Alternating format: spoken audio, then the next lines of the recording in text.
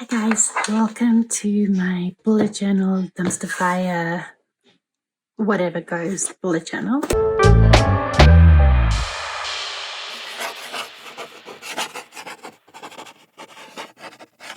Hi everybody, thank you for joining me today. Today's video is my bullet journal Dumspter Fire series. Now, if you don't know what that is, basically I took all of the supplies I had, I tore it up on these little pieces of paper, and I put it in this little dumpster fire. And then once a month, I draw something out of the dumpster and I use that in my bullet journal, namely my Kraft paper Archer and Olive journal. So far, we have looked at stencils, paper bags, glitter, sketch pencil, the foil quill, sewing, and functional stamps. So last month, I drew the scrapbook paper. Now, I've actually used scrapbook paper before, and I'll link that up in the cards above. That was for my first try at a health and wellness journal. I loved the effect that it had, and it was a lot of fun to use. They're a great alternative to stickers, and if you buy the big paper packs or a couple sheets here and there, you just cut out what you need and glue it into your journal. So we're going to start and take a look. My last layout was my functional stamps, and we will be moving on to the scrapbook paper.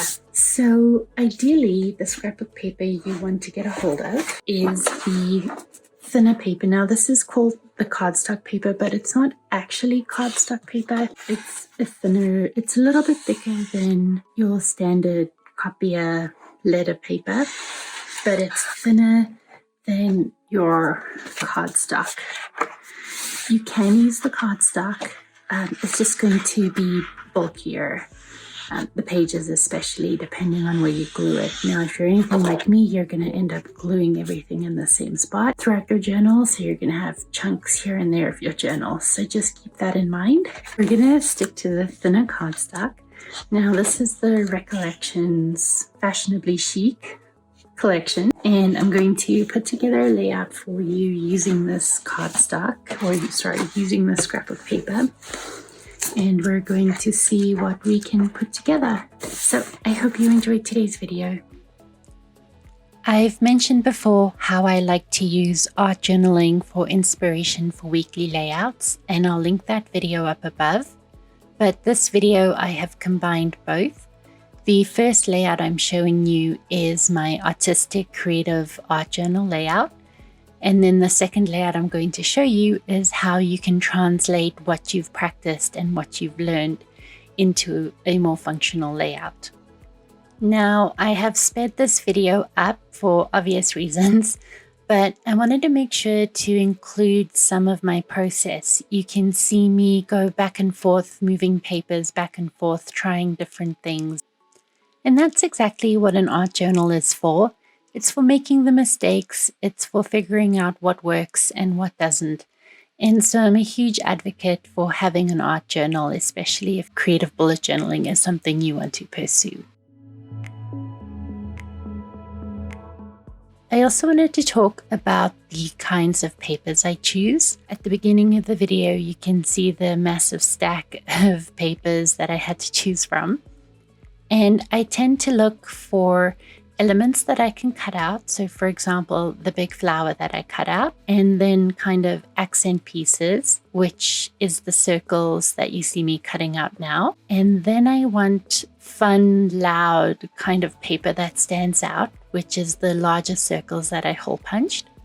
And then a solid piece, or at least a less busy piece to tie everything together, which is the green paper that you see in the background. There is a pattern to the paper, you just can't tell in the camera. So all those elements together kind of balance everything out and end up looking very cohesive and balanced.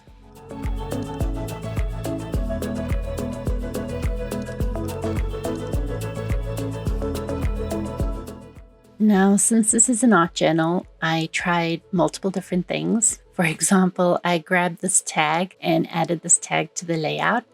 I'm sure if you wanted to, you could add a tag to your weekly layout. I just didn't have a purpose for it in my mind when I was putting together the weekly that you'll see later. But I'm a sucker for pockets and tags that fit into the pockets.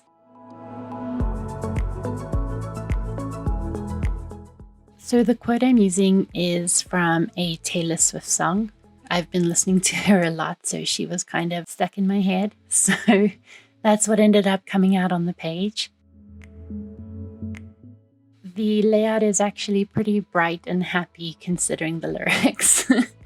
But again, that's what an art journal is for. I'm using my acrylic grafts to do the lettering on the one side of the page, and it worked out really, really well. I initially stamped it and the stamping just didn't work out and it didn't look good. So I just went in with the acrylic grafts instead and outlined my letters for more definition. And it ended up turning out okay.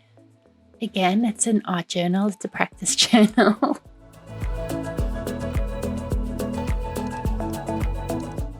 And now I'm taking my various elements and adding them to the page to add balance and visual interest. This process tends to take a little bit longer as I'm trying to figure out what works and what doesn't. And this is what I ended up with.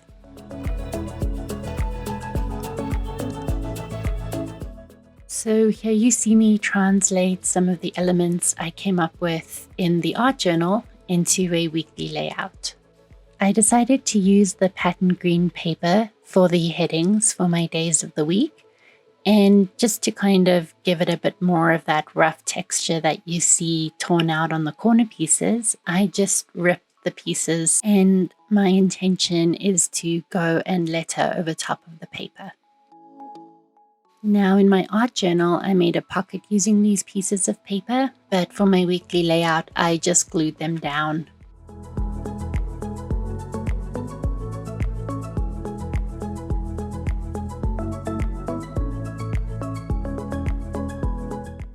And I thought it would be fun for my next week box or miscellaneous box, whatever you'd use it for, to use the creative, the very busy piece of paper and use that as a heading tab.